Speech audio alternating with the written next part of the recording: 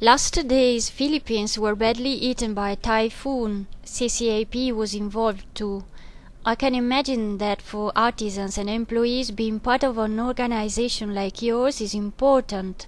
Also for helping them coming out of the emergency, isn't it?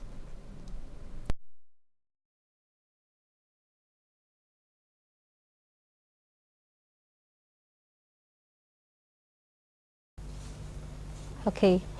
So yes, about the recent typhoon that hit my country last Saturday, Sunday, it is very unfortunate that we have experienced the worst typhoon in 5 decades, like in 50 years. That's what I got from the information from my family and from CCAP colleagues. Typhoons are like a part of the normal life of the Filipinos.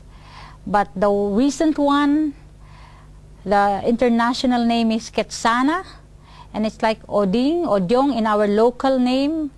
It was different. I just saw the pictures of our organization, the warehouse, and last Saturday when I was viewing through the internet, I could not help but feel very badly affected. I did not think only of my family. I thought of the entire people of my organization, my staff, my colleagues, and the artisans. We did not have communication for 2 days, and the more I was worried. But you know, I always believe that the Filipinos have the greatest strength, and that is the spiritual power in each of us.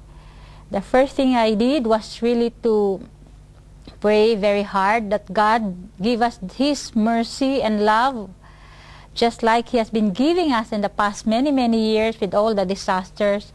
But it was like a different one, like Saturday, and I said, God, you have a purpose, but in your purpose, I hope you spare those people I know and those people I care for, my family, my colleagues in the CCAP, and my artisans, and all those people around the network, Fair Trade Organization. So my prayer, the best thing that I could do at the moment, I was not with them, and it was very difficult.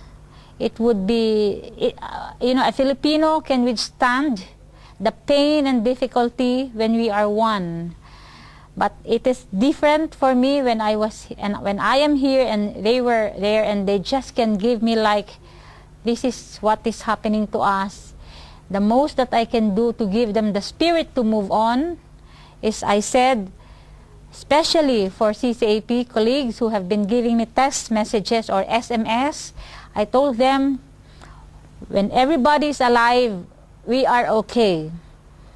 The warehouse, I have pictures of it now, totally devastated. We have 2 container loads for Consorcio CTM Altro Mercato, and they were totally damaged. Our showroom, where it is a humble showroom that we take pride in sharing with our buyers and visitors what poor farmers, producers can do with the crafts, is totally damaged. But nonetheless, the best thing that really gave me like a vitamin pill is when I heard that my colleagues at CCAP, the producers, partner producers of CCAP, and my family and friends came to say, we are okay, but structures are not okay, damages are a lot. But I said, go ahead, we're on top of everything. So the typhoon, the recent typhoon I think it's always a lesson for every Filipino. The lesson to think about environment. The lesson to again think about of others. And this is the time that we again unite to help one another, you know, to help one another move up, get up, and start the first walk in rebuilding our lives again. We are a Filipino with so much strength that you only see especially in times of crisis. You remember the people's power began and it made history in the world, and it came from the Philippines. in times like calamities, like in for the artisans, so far none has been very much, no, none was spared. I mean, life was intact. All of us are alive, and that's the most important thing. We really do not care in working hard again, working hard for so long, because after all, we are a culture of hardworking people. So we do not care how much time, how much effort, and how much money we wasted by this damage by the typhoon. But I think what is most important to us, we can still breathe. We see each other, and when I go back home, I can embrace again the people I know. In cases where there are calamities in the provinces, especially with artisans, CCAP, I think, is quick to respond. And I say this from the message of the priest, who is a member of the board of directors. He is the vice president. At the time when we had calamity, I mean a crossfire, there were 4 towns in Mindanao and people were starving. Women do not know how to bring their children to the evacuation because there were a lot of fires going on between the leftists, the rightists, and the government. CCAP, with its simple act, we immediately gave, on the day that our parish priest, Rogelio, Father King, we call him, we immediately sent like 100,000 pesos to give, to send to buy rice, because he said like, people are starving, we need rice. Then I called up how, give me the information of the bank. And within the day, we were able to give him the 100,000 pesos. And it's a lot of sacks of rice for the people. We don't even know, but we care. People we don't see, but we care. And people who really do not bring any trading engagement with us, but we care because we care about people. And with another instant like experience in 2006, we had 2 terrible typhoons, but I think they were like manageable to some extent. But it happened in the southernmost Luzon, where Abaca producers live. In that 2 typhoons, it was like terrible because houses were totally wiped out, because even the Mayon volcano, there's a Mayon volcano, it has a perfect cone, it's known around the world, also tried to make a little active. It went active, and so there was terrible like damages. And my organization, we cannot bring money because money cannot do. At times in the midst of crisis, money is not the important thing, because you may have the money but you do not know what to buy. I mean, you cannot buy because there's no food.